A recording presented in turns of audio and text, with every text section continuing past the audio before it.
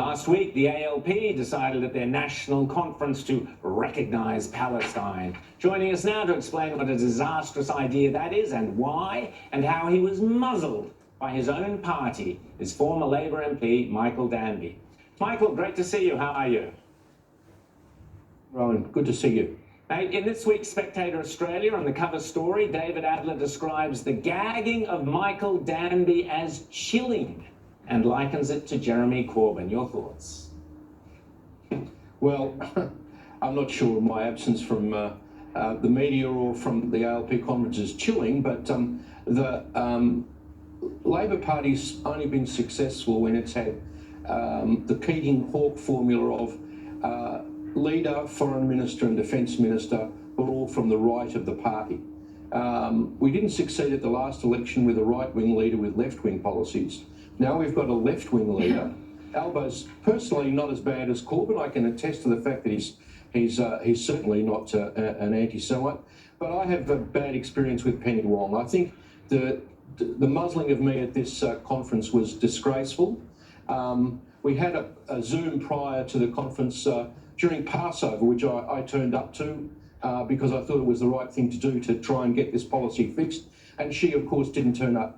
I have also bad prior experiences being star-chambered by her during the extradition treaty with Hong Kong that we and China that we quashed in the federal parliament, largely at the initiative of people like me, where we got the Labor Party and the crossbench to do it. So I'm not confident. And remember, Rowan, Corbyn lost the election. The primary reason in the postmortems was his extremism.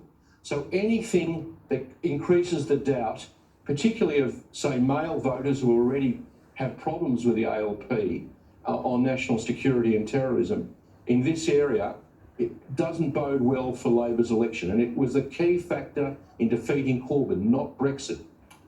Rita.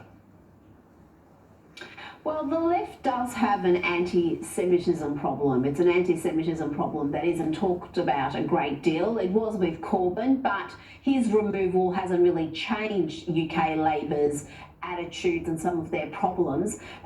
What are we seeing in Australia? Why are Labor gravitating to the Corbyn Labor model as opposed to, like you said, the Keating-Hawke years where they actually had electoral success? Well, I don't think Australian Labor is anywhere near as bad as Corbyn Labor was, even with the sort of left-wing dominance that we have. But I'm sick, Rita, like I know your panel is, of the dominant ABC zeitgeist that only discusses identity politics. I think politics of politics is very important. The fact that we have a left-dominated Labor Party is very unusual. It's not been a historical model for the success of Labor, and I think it's legitimate for people like me and many others to question it, particularly after that disgraceful conference muzzling of me and the withdrawal of the pro-Israel amendments without the agreement of the seconder, who was me, and the fact that Bob Carr and his new socialist left mates were able to take a resolution from 2018 and insert it in the platform. When you have a resolution saying that there should be unconditional recognition of Palestine and it should be a priority, that's a completely crazy world. In the platform, it means that a future cabinet has got to pledged to enforce it. It's not just an ordinary resolution. And as for giving it priority, what about the millions of people being dragged into concentration camps by the Chinese government? We just had that disgraceful performance by the Beijing embassy in Canberra about the happy Uyghurs skipping through the fields in Xinjiang. I mean, come on, that ought to be a priority for Comrade Penny Wong. James. Well, you mentioned identity politics before, Michael, but I'm very confused because on the one hand, they're all about woke lefty identity politics, and yet with this Palestine situation, they are allying themselves with a regime that is openly homophobic, openly misogynistic, openly anti-democratic. What is going on? What are we to make of this? Well, the wrong priorities and the nefarious influence of Bob Carr and people who support him, like, I have to say it, I have to out him, Tony Burke and others. We were threatened that if we went ahead with our amendment, oh look, Tony Burke and the socialist left will do things that are worse. They'll come up with worse ideas. So that was the threat. That's why the debate was stopped. I think it's unjustifiable. And if the ABC and the prevalent zeitgeist, the project and all of these people don't start focusing on the ideological issues, the political issues, rather than the identity politics issues, the Australian people are not going to have an idea of what's going on. And I think you might end up with a very surprising result at the next election.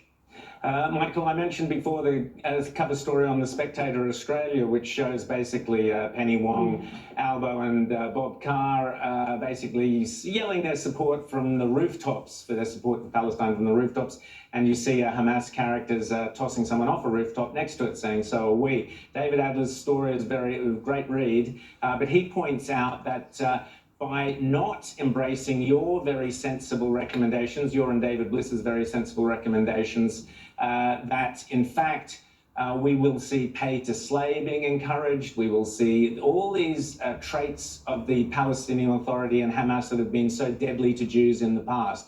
Your thoughts on that? Well, Rowan, isn't it better to have a debate than have some sort of Stalinist show, withdraw the people's resolutions without their knowledge, or stop 40-year members like me debating them? This is not how a democratic organisation should behave. And even, we were happy to be on a losing side, but we just wanted the right to put our point of view. And if you do that in a democratic organisation, you show people that you've got a wide body of opinion and people are more confident in you. It is not a good idea to withdraw amendments that make those sensible things and pay for slay. Australian taxpayers' money being used to pay the salaries of Palestinian convicted terrorists. I mean, that is insane. 30% of the Palestinian budget is used for those salaries. Exactly. Michael, Dan, we've got to leave it there, but I urge people to read the story about you there by David Adler in the Spectator Australia. Thanks, Michael, for coming on today. Great to see you.